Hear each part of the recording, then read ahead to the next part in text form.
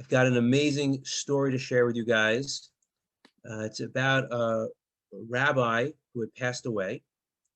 And what often happens when someone passes away is you begin to hear stories about that person's life, accomplishments, traits, characteristics. And sometimes the family ends up being pleasantly surprised to hear about things they never knew about. It can be very comforting to them when they hear some of these stories and, wow, he did that and she did that and it was behind closed doors and no one knew. And it's very special and very inspiring. And in this particular case, during the mourning period, it was a religious family, and it was pretty much everyone was coming to visit were, religious people with religious dress, religious garb. And all of a sudden, someone showed up who completely stood out. This was someone who was not only not dressed in religious fashion, this person was clearly not even Jewish. And the person was crying hysterically. And everyone was wondering, like, who is this guy? Like, what? And what's his connection to the rabbi? And finally, when he regained his composure, he said, about 25 years ago, I'd lost my job and things weren't going well. And I found a new job, and I became very good at my new job.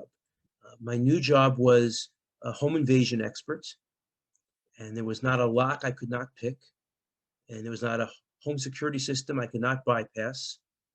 And I made sure to avoid armed conflicts. I would go into homes when no one was home, when everyone's sleeping, grab the merchandise and get going. 1, 2, 3, I'm out of there. And it went very well. And one particular night, I went into a home, and ended up being this rabbi's home, to rob it. And after I grabbed an electronic device, all of a sudden, the rabbi walked into the kitchen. Apparently, he was up late studying Torah. So I started to run away, and he ran after me and said, wait. The thing you took, it's not going to work properly. You need a transformer. Here, let me give you the transformer from over here. And I didn't know whether to run faster or actually believe this guy, but sure enough, he hands me the transformer. And then he says, oh, and by the way, if you like that, there are other things too that that go well with that. And he showed me a few other devices. And what I thought was going to have one broken device, I ended up with 10 items in my bag. And then he says, have you eaten dinner tonight?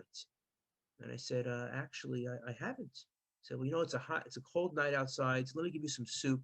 And he sat me down. He fed me soup. He made some other things for me. And while we were talking, he asked me, so how did you get into this profession of home invasion?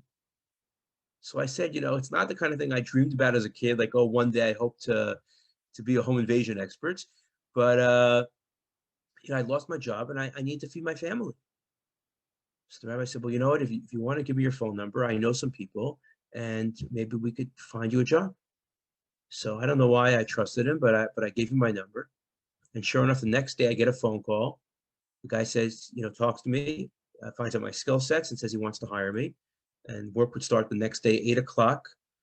I showed up 7:30, dressed in my finest outfit, finest suit, hopefully not a stolen one. And I worked hard. I worked well. After a few months, I got a small promotion. After a few years, I got a bigger promotion. And I've been working now, been clean for 25 years.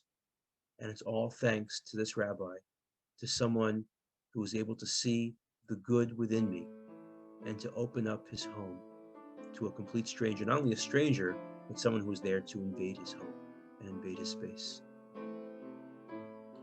So I'm not here to suggest that we should all go look for criminals or violent people and invite them into our homes. But perhaps there are some lessons that we can take away from the story for our own lives. There's different levels of hospitality. And one level is if someone asks you and approaches you with a need, you check your schedule and check if it's going to work. And okay, maybe I could host you. There's another level, which is the level of Abraham, where we go out of our way to find guests, where we have a longing to have guests in our home. Not that they need us. Oh, they need us. Okay, let me make myself available. No, we need them. We have a need. And I tell you, someone who's had a home here in Israel now for over 11 years, in Miami prior to that, where almost every Shabbos we've had the privilege of hosting guests from all walks of lives, all different types, all different stripes. And it's been so beautiful, and it's been so frustrating for us in COVID to have that limited and to have that taken away from us. But it starts with having a desire, a genuine love for other people, and desire to be able to open up your homes to them.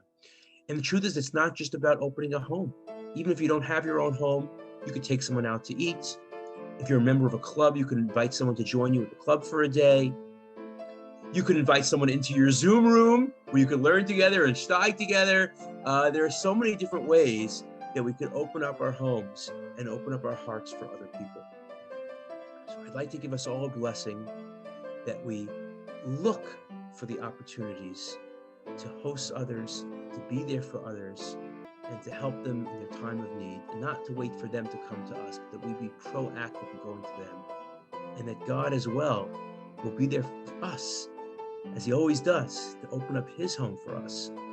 But our hope is that not just for him to welcome us in this world with everything that he gives us, and he gives us a lot, our bodies, our arms, our legs, our souls, our lives, but to take it one step further and to open up his land, to open up and rebuild a temple for us, to send the Mashiach, to send the Messiah, and to welcome us back into a home and into a world where there's no more war, there's no more sickness, where everyone can get along in peace. Thank you all so much for being so open to join together with us, to learn together and to grow together.